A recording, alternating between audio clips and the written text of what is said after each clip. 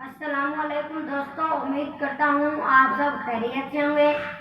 मैं हूँ अबू बकर और इस वीडियो में मैं आपको डाटा हैंडलिंग के बारे में बताऊंगा। डेटा क्या होता है?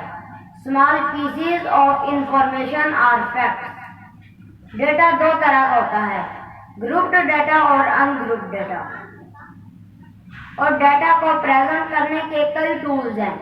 उनमें से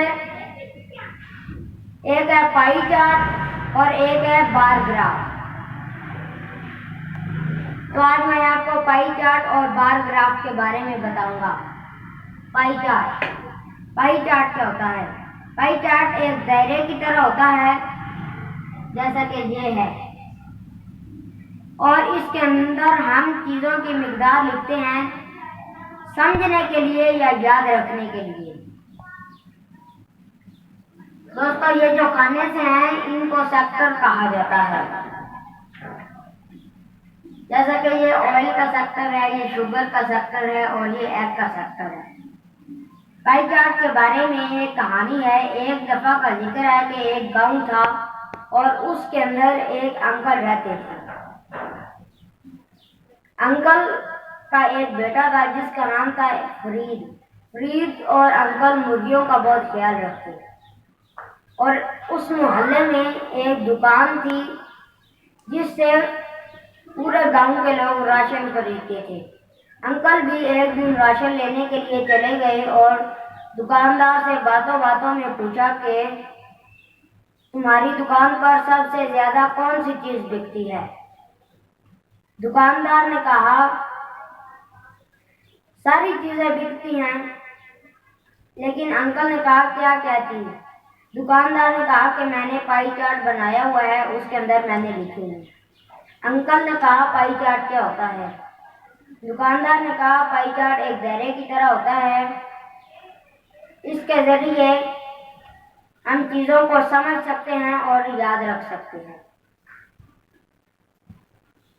यह है पाई चार्ट। दुकानदार ने ऐसा बनाया हुआ था और उसने सबसे कम मिकदार ऑयल की लिखी हुई थी, उससे ज्यादा मिकदार चीनी की और उससे सबसे ज्यादा मिकदार एग की यानी अंडों की। अंकल ने कहा कि मेरे पास भी मुर्गियां हैं और तुम रोजाना अंडे ले जाया करो मुझसे और मुझे पैसे दे दिया करो। दुकानदार ने हाँ कर दी और अगले दिन अंकल का दोस्त अंकल के पास आकर बैठा और जब उसको अंकल के बारे में पता चला कि अंकल ने दुकानदार से ये कहा है कि तुम मेरे अंडे ले लिया करो और मुझे पैसे दे दिया करो। अंकल के दोस्त ने कहा कि तुमने ऐसा किया है? लेकिन अंकल ने कहा जी मैंने किया है। लेकिन अंकल के दोस्त ने कहा कि तुम्हें पता है तुम्हें महीने के कितने पैसे मिलेंगे? लेकिन अंकल ने कहा पता नहीं। लेकिन अंकल के दोस्त ने कहा कि मैं तुम्हें एक बार ग्राफ के जरिए समझाता हूँ। अंकल के दोस्त ने एक ऐसे ऊपर से नीचे को लाइन लगाई, ऐसे, इसको कहा जाता है वाई एक्सिस। ऐसे ऊपर से नीचे को लाइन लगाई और उसके बाद ऐसे एक ऐसे लाइन लगाई, इसको कहा जाता है एक्स एक्सिस। और जो वाई एक्सिस वाली लाइन थी उसके साथ अंकल के दोस्त ने 1 से लेकर 10 तक गिनती लिख दी, जैसा कि ये लिखी हुई है। और जो एक्स एक्सिस की लाइन थी उसके साथ हफ्तों के दिनों के नाम लिख दिए, जैसा कि ये लिखे हुए हैं। और उसने लिखा कि संडे को अंकल की मुर्गियां 8 अंडे देती हैं और मंडे को अंकल की मुर्गियां 7 अंडे देती हैं। ट्यूसडे को अंकल की मुर्गियां 5 अंडे देती हैं। वेडनेसडे को अंकल की मुर्गियां 6 अंडे देती हैं। थर्सडे को अंकल की मुर्गियां 9 अंडे देती हैं और फ्राइडे को अंकल की मुर्गियां 4 अंडे देती हैं। सैटरडे को अंकल की मुर्गियां 3 अंडे देती हैं। उसने ऐसे बार ग्राफ बनाया और बार ग्राफ के जरिए अंकल को समझाया और अंकल से कहा कि अगर तुम 10 रुपए का एक अंडा बेचोगे तो तुम्हें हफ्ते के 420 रुपए मिलेंगे, क्योंकि हफ्ते में 42 अंडे होते हैं। उसके दोस्त ने कहा कि अगर तुम इस बार ग्राफ के मुताबिक अंडे बेचोगे तो तुम्हें हमने इन अंडों को जमा किया तो 42 अंडे बन गए।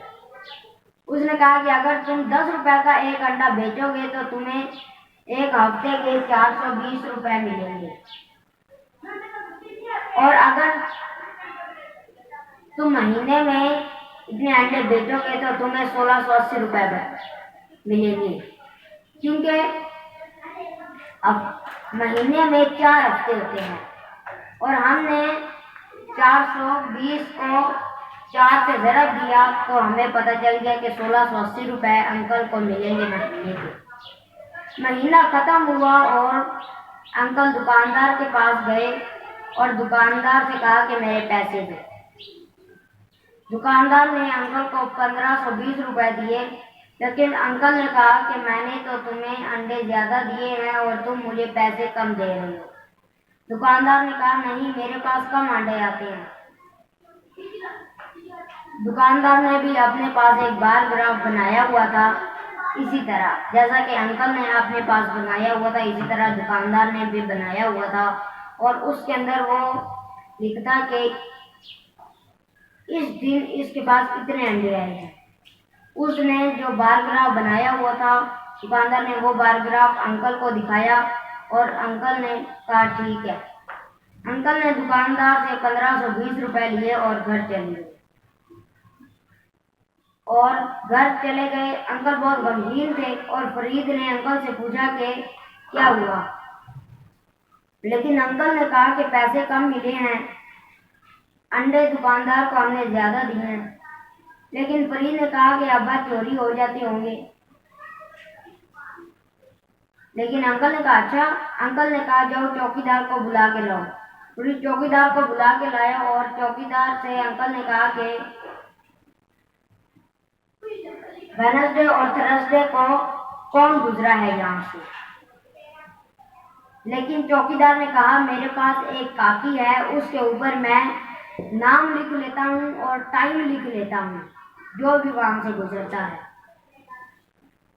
चौकीदार से अंकल ने कहा कि कापी लेकर आओ। चौकीदार कापी ले आया और उसने कापी अंकल को दिखाई और अंकल ने कहा कि मैली ने हमारे अंडे चोरी किए हैं। लेकिन अंकल ने जब चौकीदार की कापी पर देखा तो अंकल ने कहा कि शायद माली ने उठा लिए होंगे और माली उधर उनके पौधों को पानी देने के लिए आता था, माली ने उठा लिए होंगे। तो उम्मीद करता हूँ आप पाई चार्ट और बार ग्राफ दोनों के बारे में जान चुके हैं। मुझे इजाज़त दीजिए। अल्लाह हाफिज़।